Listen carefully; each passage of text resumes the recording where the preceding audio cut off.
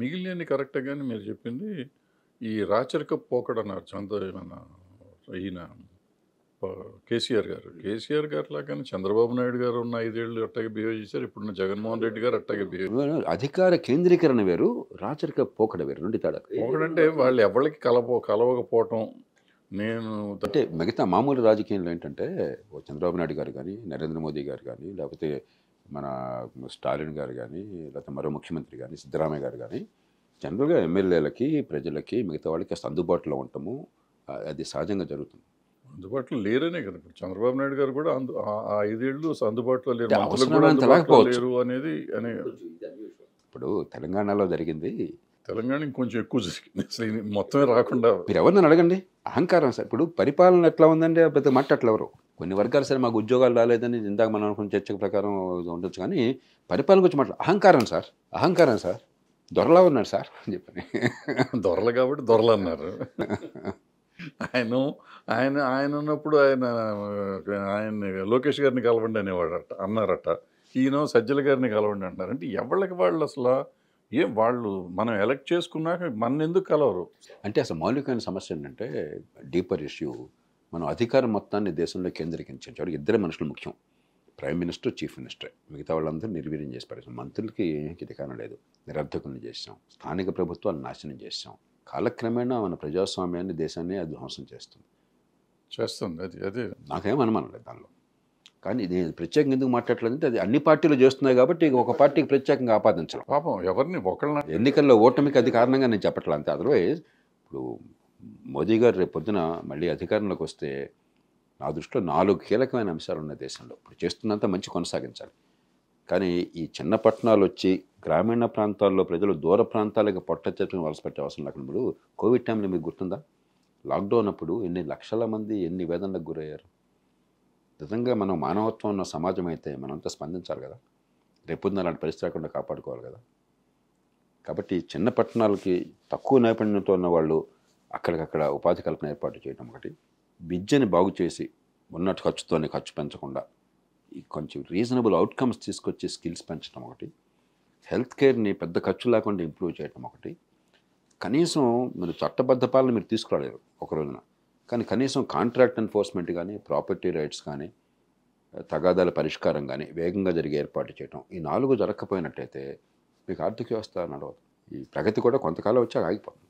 ఇది మనం ఇప్పుడు మంచి పని చేస్తున్నారు, నేను అంగీకరిస్తున్నాను, కానీ దాంతో ఆగిపోదు. ఇప్పుడు ప్రస్తుతం బాగుంది, ఎందుకంటే అవతలాళ్ళు మరీ అర్భకులు కాబట్టి, వాళ్ళకి ఒక ముందు చూపు లేదు కాబట్టి, దేశం గురించి అవగాహన లేదు కాబట్టి ప్రజలు వాళ్ళని ఆశీర్వదించవచ్చు. కానీ కొంతకాలం పోయాక ఈ ఆశలు నెరవేరినప్పుడు యువతలో కానీ మిగతా వర్గాల్లో అనుకూలం జరగపోయినప్పుడు ఆ కష్టంతో మీ మీద పడుతుంది. మీరు ఇందాక నుంచి మాట్లాడుతున్నప్పుడల్లా ప్రతిసారి you are talking about skilled labour అని కూడా మాట్లాడుతున్నారు. ఫర్ ఎగ్జాంపుల్ లంబర్లు, మేసన్స్, ఇటువంటివి. ఇవాళ కన్స్ట్రక్షన్ లేబర్ కానీ, హోటల్ మెయింటెనెన్స్ స్టాఫ్ కానీ, సెక్యూరిటీ స్టాఫ్ కానీ, హౌస్ సెక్యూరిటీ స్టాఫ్ కానీ, ఇట్లా టూరిజంలో ఉన్నవాళ్ళు కానీ, అంతా ఇతర ప్రాంతాల నుంచి, బీహార్ నుంచో, ఒరిస్సా నుంచో, అస్సాం నుంచి, ఇండియా మొత్తంలో, నాట్ ఓన్లీ ఇక్కడ హైదరాబాదే కాదు, సౌత్ ఇండియా మొత్తంలో వాళ్ళే ఉంటున్నారు, ఎక్సెప్ట్ కేరళలో కూడా ఉన్నారు, తక్కువ ఉన్నారు. సో వీళ్ళు అసలు మన దగ్గర ఏమయ్యారు, మన దగ్గర ఇంతకుముందు ఇక్కడి నుంచి పాలమూరు నుంచి అక్కడికి వెళ్ళేవారు, లేకపోతే ఒంగోలు నుంచి ఇక్కడికి వచ్చేవారు మేస్తుల్లో, ఇక్కడిక్కడ మన వాళ్ళు దొరికేవాళ్ళు. ఇప్పుడు మన వాళ్ళు దొరకట్లేదు. మంచి ప్రశ్న. దీనిలో 2 ఉన్నాయి, ఒకటి పాజిటివ్, ఇంకోటి నెగిటివ్. పాజిటివ్ ఏంటంటే జనాభా పెరుగుదల మన రాష్ట్రాల్లో కొంచెం తగ్గడం మొదలెట్టింది ముందు నుంచే. కాబట్టి పెరుగుతున్న ఆర్థిక వ్యవస్థతో పాటు పోలిస్తే పనిచేసే వాళ్ళ సంఖ్య ఇక్కడ అంత ఎక్కువగా లేదు. కాబట్టి ఆ మేరకు ఇతర ప్రాంతాల వలస రావడం చాలా అవసరం. ఆ వలస రాకపోయినట్టయితే, ఇమిగ్రెంట్ లేబర్ లేకపోయినట్టయితే ఆర్థిక వ్యవస్థ దెబ్బతింటుంది. అక్కడ నష్టపోతాం, ఇక్కడ నష్టపోతాం. అది పాజిటివ్. నెగిటివ్ ఏంటంటే ఇక్కడ ఉపాధి అవసరం ఉన్నా కూడా, ఇక్కడ నిరుద్యోగం ఉన్నా కూడా 2 రకాల కారణాల వల్ల వీళ్ళు సిద్ధంగా లేరు. ఒకటి, ఉద్యోగం అంటే గవర్నమెంట్ నెల జీతం ఇచ్చి పని లేకుండా నన్ను పోషిస్తుందన్న భావన బాగా పెంచేశారు. దాంతోపాటు మన దేశంలో ఈ కులతత్వం బాగా జీర్ణించకపోయిన సమాజం కాబట్టి మనకి ఒక సామెత చెప్తారు తెలుగులో, పూల ముంచట కట్టెలమ్మలేమని చెప్పని. కొన్ని పనులు చాలా అవమానకరం అన్న భావన మన సమాజంలో బలంగా ఉంది. ఇతర దేశాల్లో అది లేదు. పాశ్చాత్య దేశాలకు మనకి తేడా ఏంటంటే అక్కడ ఎవరైనా ఎక్కడ ఏ కుటుంబంలో పుట్టినా కూడా ఏ పనైనా కూడా పనికొచ్చేదైతే గౌరవప్రదం. చాలామంది వాళ్ళ ప్రెసిడెంట్లుగా ఉన్న వాళ్ళు వెయిటర్లుగా పనిచేశారు. హార్వర్డ్లో మిగతా చోట్ల కేంబ్రిడ్జ్ చెప్తుంటారు, అరే వెయిటర్ బాగా టిప్పు, ఎందుకంటే రేపొద్దున ప్రెసిడెంట్ కావచ్చు వాడు, రేపొద్దున గొప్ప సైంటిస్ట్ కావచ్చు, మనందరం ఇక్కడే పనిచేసామని చెప్పేవాడు. మన దేశంలో మీరు కొంచెం ఇప్పుడు మీ కుటుంబం నా కుటుంబం ఉందనుకోండి, మన పిల్లలు హోటల్లో వెయిటర్లుగా పార్ట్ టైం పనిచేయడానికి మనం ఊహించలేం. అవును. దీంతో ఏంటంటే ఉద్యోగం ఉపాధి అంటే గవర్నమెంట్ ఉద్యోగము అది తప్ప ఇంకోటి ఉపాధి లేదన్న భావం రావటం ఒకటి. రెండోది సంక్షేమం మరీ అతి అయిపోయి నెలకి 3-4 వేలు చాలా కుటుంబాలకి కొన్ని సందర్భాలు 4-5 వేలు అంతుంది, ఏదో రూపాయలు 20 రూపాయల్లో. దానివల్ల పెద్ద బతికే అందంగా ఉండదు, కానీ తినడానికి జీవించడానికి పెద్ద కష్టం కాదు. చావకుండా బతకకుండా మధ్య స్వర్గం ఉంచేస్తారు. అంతకంటే యాస్పిరేషన్ లేదనుకోండి, నాకు అంబిషన్ లేదు, నాకు పెద్ద స్కిల్ లేదు, సరిపోతుందని అనుకున్నాం. దాని తగ్గట్టు ఈ రాజకీయం అనే ప్రక్రియలో ప్రతి ఊళ్ళో మీరు చూడండి, అడ్డకట్టు కట్టుకుని ఏదో చోటా నాయకుడానికి తిరుగుతూ వాడి తాగుడు సోకాల్డ్ రాజకీయం ఇంట్లో అడిగేది లేదు. రాజకీయం ఏంటంటే వాడికి అసలు ఆ నాటికి అర్థమే తెలియదు. ఈ రకమైనటువంటి కల్చర్ని ఈ రాజకీయం ప్రోత్సహిస్తుంది. ఈ 2 కారణాల వల్ల మనకి ఒకటి జనాభా తగ్గడం వల్ల, లేకపోతే మనుషులు పనిచేసే మనుషులు సంఖ్య తగ్గడం వల్ల అయితే అది పాజిటివ్, ఇమిగ్రేషన్ అవసరం. ఇక్కడ మనుషులు ఉపాధి కోసం వెయిట్ చేసేవాళ్ళు ఉన్నా కూడా ఈ పనితో అవమానంగా భావించడమో, ఏదో వస్తుందిగా డబ్బులు సరిపోతుంది అనుకోవటం చాలా ప్రమాదకరం. ఇప్పుడు ఈ పోయినసారి మన కరోనా అప్పుడు చూసాం, కొన్ని లక్షల మంది వెళ్ళిపోవటం. అంటే ఆల్మోస్ట్ సౌత్ ఇండియాలో 1 కోటి మంది వెళ్ళి ఉంటారు నా లెక్కలో. ఇంతమంది వెళ్ళిపోయి ఉంటే ఇప్పుడు మాట్లాడితే ఓట్లు, దొంగ ఓట్లు అయ్యి అంటున్నాం. ఈవెన్ తెలంగాణలో కూడా ఆంధ్రాలో ఓట్లు ఉన్నాయి, ఆంధ్రాలో వాళ్ళకి తెలంగాణలో ఓట్లు ఉన్నాయి. ఇవన్నీ ఈ దొంగ ఓట్ల కిందే వస్తాయి ఒక రకంగా చెప్పాలంటే. మనకి ఎందుకు ఆధార్ కార్డుకి లింక్ చేయట్లేదు? ఆధార్ కార్డు ఇప్పుడు అందరికీ ఉంటుంది కదా, చాలా వాటికి. ఇప్పుడు మనం ఎక్కడికి వెళ్ళినా ఆధార్ కార్డు అడుగుతున్నారు.